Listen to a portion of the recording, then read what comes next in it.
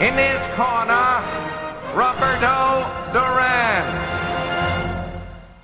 What terrible past had produced this furious machine of destruction? Trainer, Ray Arcel. If you walked into the ring or met him in a dark alley, would you be afraid? Mm-hmm. So would I. Boxing historian, Bert Sugar. The Americans did not invent the word machismo. It ain't our word. They didn't invent mano a mano. It ain't our word. And when somebody comes out of Latin America who embodies these, you know how big a hero he is going to be. That's Roberto Duran.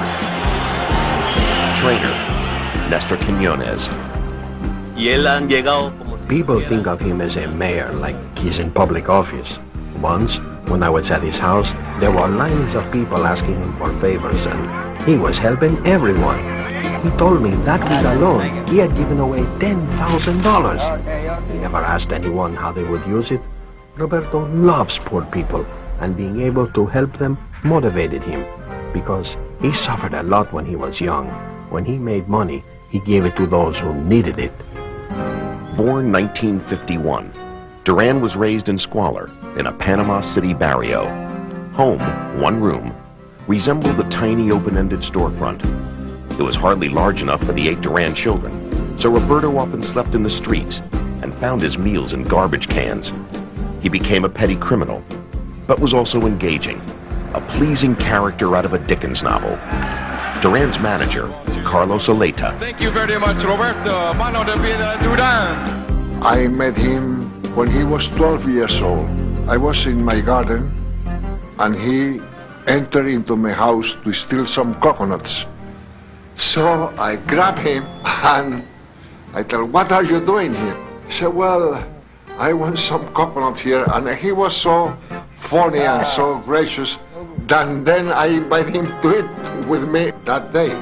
3 or 4 years passed, and I went to Colón to see a fight. And in one of the preliminaries, I saw him, and I said, "This is the same fellow that I saw in my house." And he won that fight with courage, with his heart. Writers noted his ring presence, the nostrils which flared like a wolf's, the eyes that chilled you with their coldness. This figure of unmitigated violence was a legend by his early 20s. We went to the interior of the Republic, and he saw a small horse, and he told me, "I can knock out that horse." And he did. And he almost broke his hand. That's how hard he hits. Writer, broadcaster, Alfonso Castillo. I was broadcasting a fight in Panama City, and it was the 4th or 5th fight of Roberto Duran's career. And I said, "This young man has hands of stone, because whoever he hits falls down." I used that same expression, manos de piedra, in my column and on TV. And then this phrase was like the wind. It was everywhere.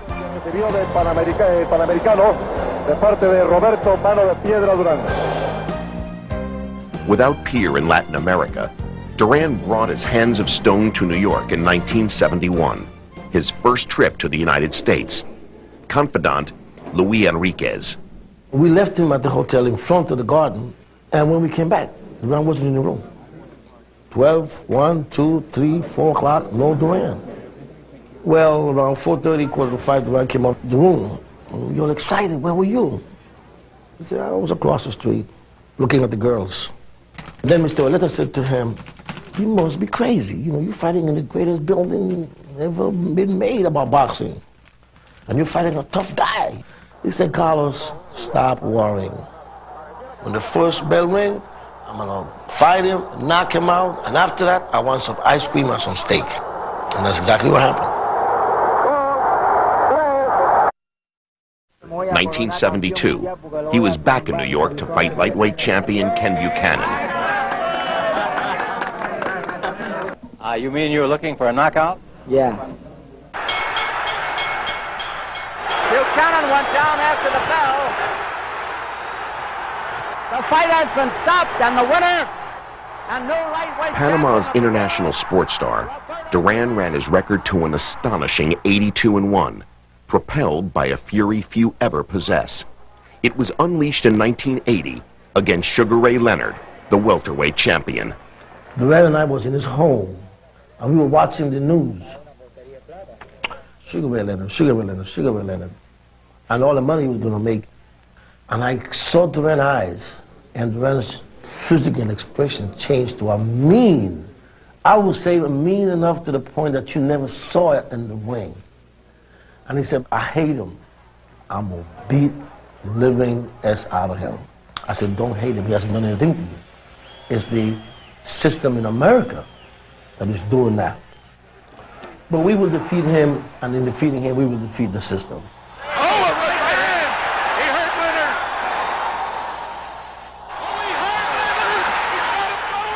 The look in his face changed, but inside did not change.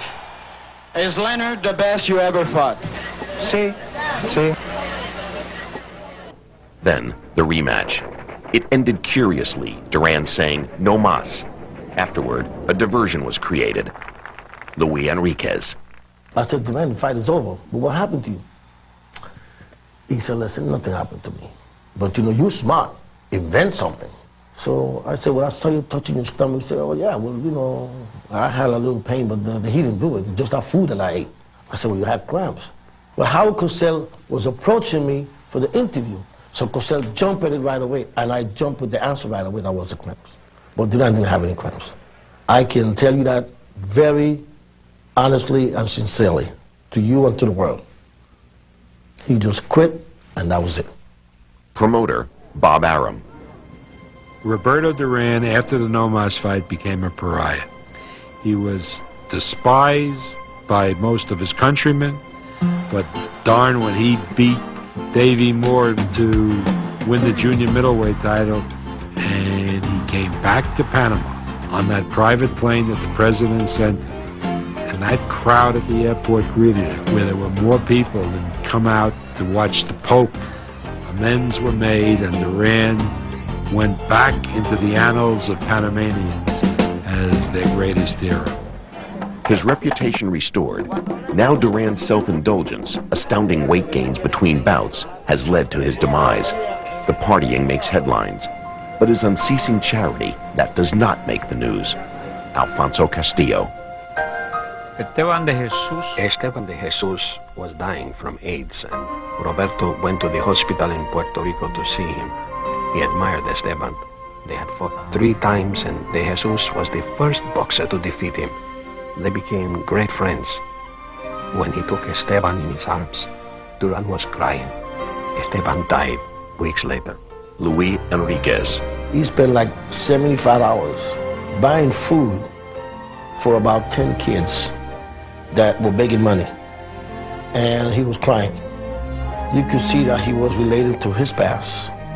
He really hated to detach himself from those kids.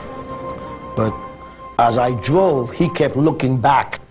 For the longest period of time, he kept waving and looking back and saying goodbye to the kids. And when he turned his face to look towards the front of the car, I could see him still crying. Bert Sugar. It's a part of Roberto Duran nobody sees. He's a hellraiser, he's a butt kicker, and he's a caring person. Maybe this makes him all the more beloved to his Hispanic fans. It is the other side of machismo and why they love him more.